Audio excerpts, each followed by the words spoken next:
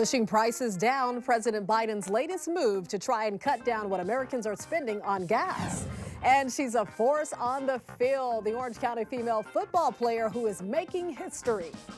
Hello, everyone. Welcome to The Rundown. I'm Robin Winston. More on those stories in a moment. But first, protesters continue to demand the resignations of LA City Council members Gil Cedillo and Kevin De Leon. No resignation! No resignation! This was the scene Tuesday. That anger is over the racist recordings involving former council president Nury Martinez, along with De Leon and Cedillo. The council also voted in a new president, Paul Krikorian. Here's what he told us about De Leon and Cedillo. I hope that I'll have the chance to speak with them very soon and explain to them that for their own good, for the good of the city, for the good of their constituents, for the good of the city council, they really need to move forward and take the right step and resign. There's been no reaction this week from Kevin De Leon or Gil Cedillo.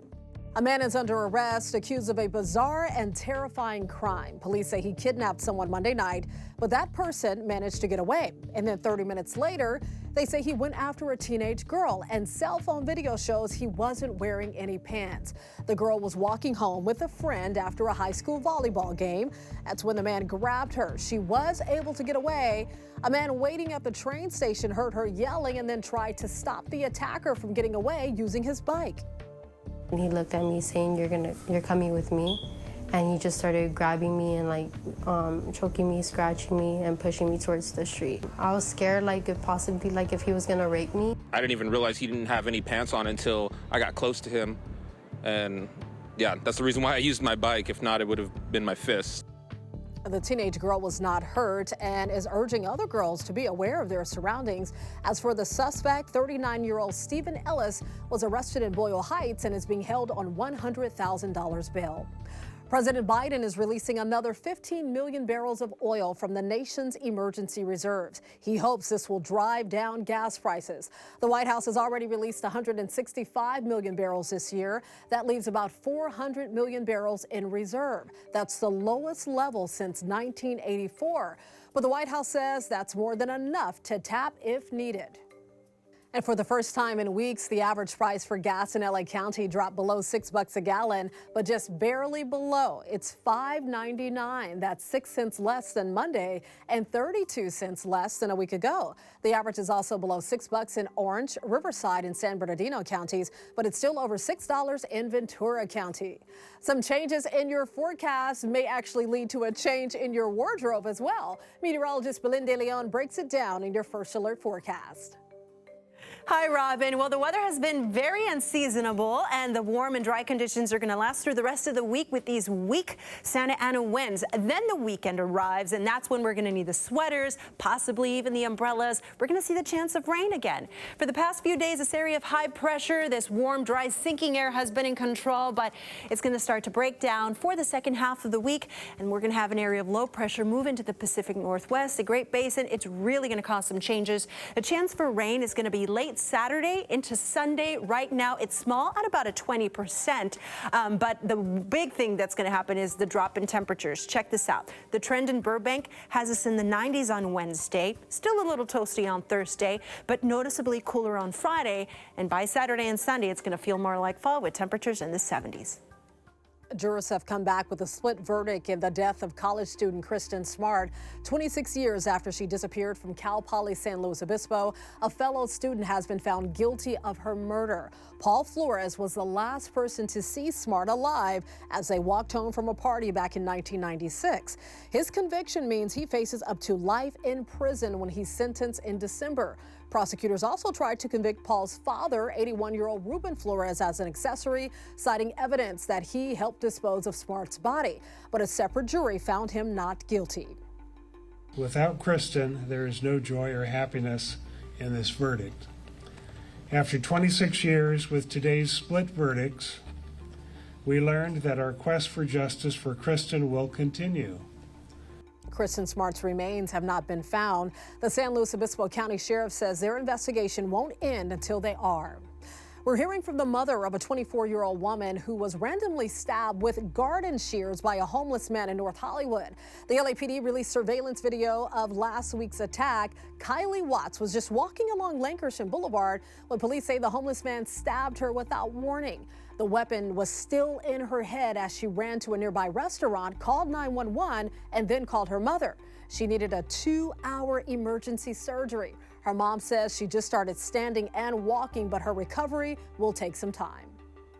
This is an individual with a severe illness, and so there is no hatred, there is no anger. The message that she wants to get out as well is just that to make change, whether that's in voting, in donation, in volunteer work, in whatever sense you can do, just to support addressing this crisis so that we can all walk the streets safely.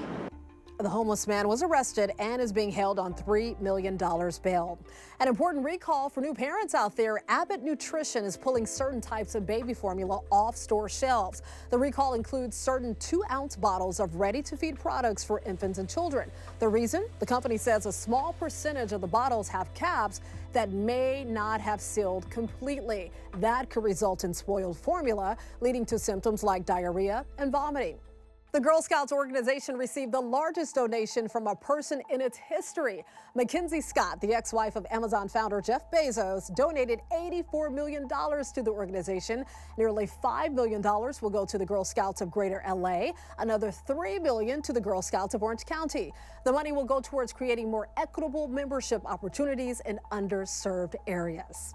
A senior from Laguna High School made history on the gridiron Friday when she scored 2 touchdowns. Bella Rasmussen became the first girl ever in California to find the end zone twice during a high school football game. Come on, Bella!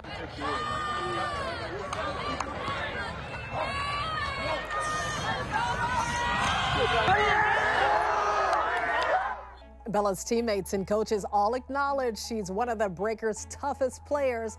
The 17-year-old running back and defensive end says that she started playing football at age 6 because she was just tired of always just watching her brothers and cousins play the game. And when people tried to deny her that chance, it only fueled her fire. But there were definitely coaches, players, random people who are like, you can't do that. It's like, no, this is a boys' sport, this is a male sport, you're gonna get hurt. The boys continue to get bigger. You're not gonna be able to compete at this level. And I was just like, watch me. She's probably the toughest son of a gun I know. No female title to it whatsoever. She is a football player. This is so inspirational. Bella says that she hopes she gives young girls something that she didn't have growing up, a role model who's proving football isn't just a sport for guys. You tell them, Bella. We're so proud of you. All right, when most of us sit down to carve our pumpkins, we typically use knives found in the kitchen, right? But that wasn't cutting it for 2 of the biggest action movie stars of our era. Take a look at this. So instead, Arnold Schwarzenegger and Sylvester Stallone opted for knives that look like they came straight out of Rambo or Commando. My goodness. The caption Stallone put on the Instagram photo describes the knives as survival knives. He called Arnold a great friend and also wrote that this is what real action guys do with their free time in October.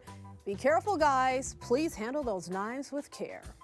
A 3-year-old girl is getting a lot of attention for her beautiful friendship with her doll, but let's just say this is no ordinary doll. So this is Briar and her doll that she named Chloe. It all started with a visit to the Halloween store when Briar spotted the doll and apparently had an instant connection with it. Mom, not so much, but little Briar says she had to have it.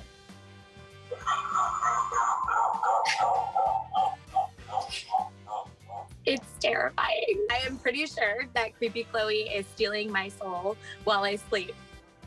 Yeah, this doll is making me nervous, but hey, to each their own. Even though this friendship may not make sense to the rest of us, it means the world to this little girl. And I have to admit, it's a little spooky. Just keep your eyes on that doll, Briar. You can always get news and weather updates on the NBCLA app and our website, NBCLA.com. And be sure to tune into Today in LA on NBC4 weekdays from 4 to 7 a.m. I'll be helping you get around with your traffic reports throughout the morning commute. I'll see you next time on The Rundown.